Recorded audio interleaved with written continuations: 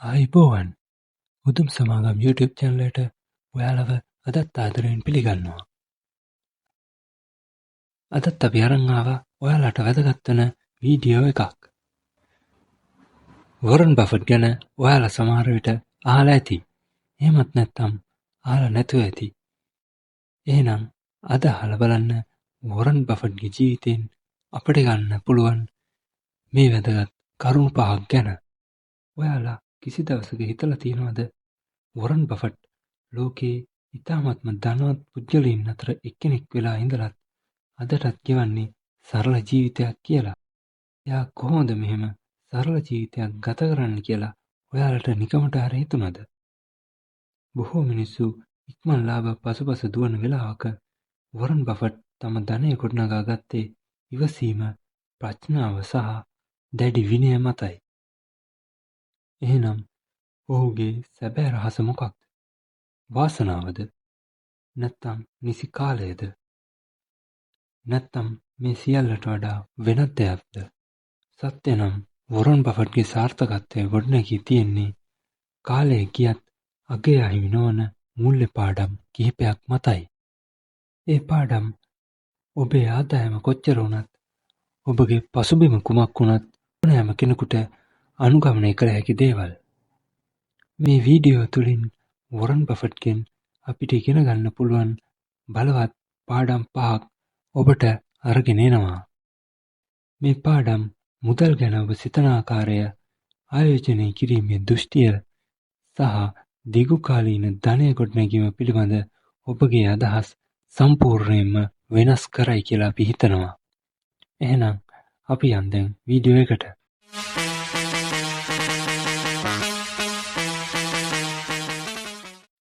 වොරන් බෆට්ගෙන් ගන්න පුළුවන් පළමු පාඩම තමයි ඔබට තේරුම් ගන්න පුළුවන් දේවල් වලටම පමණක් ආයෝජනය කරන්න කියන එක. වොරන් බෆට් කිසි දවසක සම්පූර්ණයෙන්ම තේරුම් නොගන්නා සමාගමකට ආයෝජනය කරන්නේ නැහැ. ඔහුගේ දර්ශනය සරලයි. දැනුම අවදානම අඩු කරයි. ආයෝජනය කිරීමට පෙර ඒ ව්‍යාපාරය කොහොමද මුදල් උපයන්නේ? වර්ධනයට බලපාන්නේ කුමක්ද? ඔවුන් මුහුණ දෙන අභියෝග මොනවද? මේ සියල්ල ඔබ දැනගෙන ඉන්න ඕන කියලයි ඔහු විශ්වාස කරන්නේ. බොහෝ මිනිස්සු මුදල් අහිමි කරගන්නේ තාර්කිකත්වයට වඩා හයිප් එක පසුපස යන නිසායි. බෆට්ගේ මේ ප්‍රකාශය සයිකල් ඔෆ් කොම්පිටන්සි කියලත් හඳුන්වනවා. ඒකේ අර්ථය නම් ඔබට ඔබ ඇත්තටම තේරුම් ගන්න පුළුවන් ශේෂ්ත්‍ර වලටම සීමා වෙලා ඉන්න කියන එකයි. එය කොටස් වෙළඳපොළ වුණත්, ඉඩම් ආයෝජනය වුණත්, ස්ටාර්ට්අප් එකක් වුණත්, පැහැදිලි බව කියන්නේ ඔබට තියෙන හොඳම ආරක්ෂාව. මතක තියාගන්න, බුද්ධිමත් ආයෝජනය කියන්නේ අනාගතය ගැන අනාවැකි කියන එක නෙමෙයි. ඒ කියන්නේ වර්තමානය අනිත් අයට වඩා හොඳින් තේරුම් ගන්න එකයි. එහෙනම් දැන් බලමු දෙවන පාඩම මොකක්ද කියලා. වොරන් බෆට්ගෙන් ගන්න පුළුවන් දෙවන පාඩම තමයි අන් අය කෑදරවන විට බියවන්න කියන එක. වොරන් බෆට්ගේ මේ ප්‍රසිද්ධ ප්‍රකාශය සරල උපුටා ගැනීමක් පමණක්ම නෙවෙයි. ඒක ජීවිතේට මනෝභාවයක් ගෙන එන දෙයක්. බොහෝ ආයෝජකයන් වෙළඳපොළ කඩා වැටෙන විට බියටපත් වෙලා ඔවුන් සතු තියෙන දේවල් විකුණනවා. නැතිනම් මිල ඉහළ යන විට උද්දාමයෙන් ගොස් මිලදී ගන්නවා. වොරන් බෆට් ඒකට සම්පූර්ණයෙන්ම විරුද්ධයි. වෙළඳපොළ බය පාලනය කරන වෙලාවට ඔහු ඉවසීමෙන් බලන් ඉඳලා අගේ තියෙන හොඳ ව්‍යාපාර අඩු මිලට මිලදී ගන්නවා. අනිත් අය හැඟීම් වලට වහල් වෙලා ක්‍රියා කරන වෙලාවට ඔහු සංසුන්ව තාර්කිකව සිටිනවා. මේ පාඩම අපට කියලා දෙන්නේ හැඟීම් විසින් ලාභය විනාශ කරනවා කියන එකයි. වෙළඳපොළ විසින් සම්මානය ලබා දෙන්නේ ඉවසීමටයි. එහෙමත් නැත්නම් බයට නෙවෙයි. ඊළඟ වතාවේ වෙළඳපොළ තුල කුමක් හෝ අවුල්සහගත දෙයක් දැක්ක විට බෆට්ගේ නීතිය ක්‍රියාත්මක කරන්න මතක තබා ගන්න.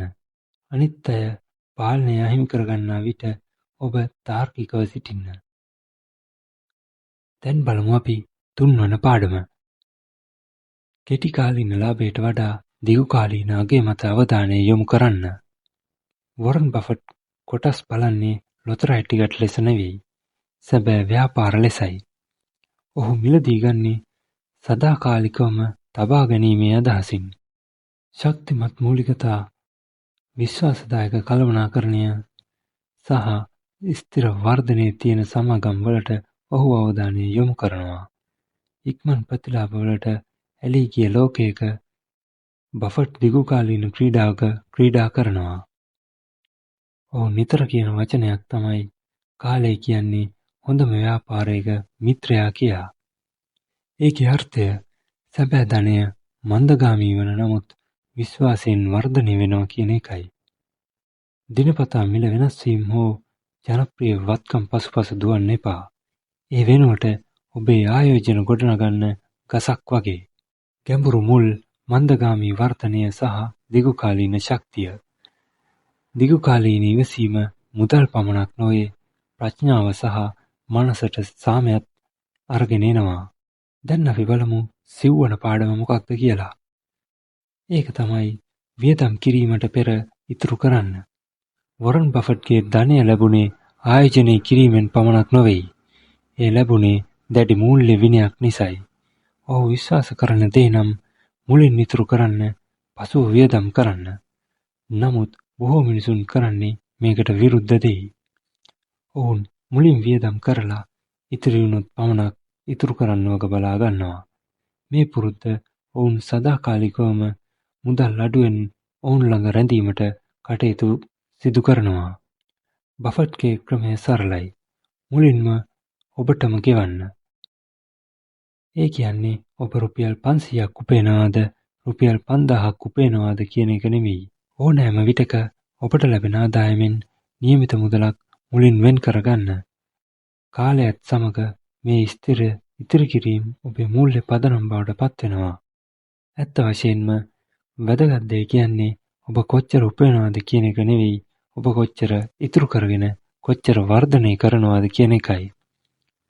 දිනපතා කරන කුඩා ඉතිරි කිරීම බුද්ධිමත් ලෙස ආයෝජනය කරොත් පරම්පරා ගණනාවකට ධනය ගොඩනගන්න පුළුවන්. දැන් අපි බලමු අවසාන පාඩම එහෙමත් නැත්නම් 5 වන පාඩම මොකක්ද කියලා. ඒක තමයි ඔබට හැකි සීමාවට වඩා පහළින් ජීවත් වන්න කියන එක.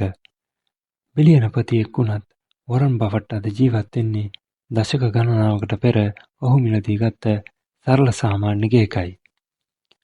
ඔහුගේ ජීවන රටාව අපට පෙන්눔 කරනවා සැබෑ ධනය කියන්නේ දර්ශනය කිරීම නොවන වග. ඔබට හැකි සීමාවට වඩා පහළින් ජීවත් වීම, මූල්‍ය ආරක්ෂාව, ඉඩදීමේ හැකියාව සහ මනසට සාමය ලබා දෙනවා. බොහෝ මිනිසුන් වැටෙන්නේ ලයිෆ්ස්ටයිල් ඉන්ෆ්ලේෂන් කියන උගුලට. ආදායම් වැඩි වුණාම වියදමත් වැඩි කරන එක. වොරන් බෆට් එකෙන් වැළකුණේ දර්ශනයට වඩා අගේ මත අවධානය යොමු කළ නිසයි. ඔහුගේ පාඩම සරලයි. ඔබට අවශ්‍ය දේ අඩුවන තරමට ඔබේ අනාගතය පිළිබඳ පාලනය වැඩි වෙනවා. සැබෑ සාර්ථකත්වය මැනෙන්නේ ඔබ සතු තියෙන දේවල් ගණනින් නෙවෙයි, ඔබට තියෙන ස්වාධීනත්වයෙනුයි. එහෙනම් අපි හිතනවා මේ වීඩියෝ එක ඔයාලට ගොඩක් වැදගත් වෙන්න ඇති කියලා. එහෙම වැදගත් වුණා නම් වීඩියෝ එකට ලයික් එකක් දාන්න, තවත් යාළුවන්ට බලන්න ෂෙයා කරන්න. ඒ වගේම තවත් මේ වගේ වීඩියෝ ඉක්මනටම අපි දාපු ගමන් ලබා ගන්න අපිව සබ්ස්ක්‍රයිබ් කරලා තියාගන්න. අපි ඉක්මනටම තවත් වීඩියෝ එකකින් හමු වෙන තෙක් අද අපි නවතිනවා. ඔයාලට ජය.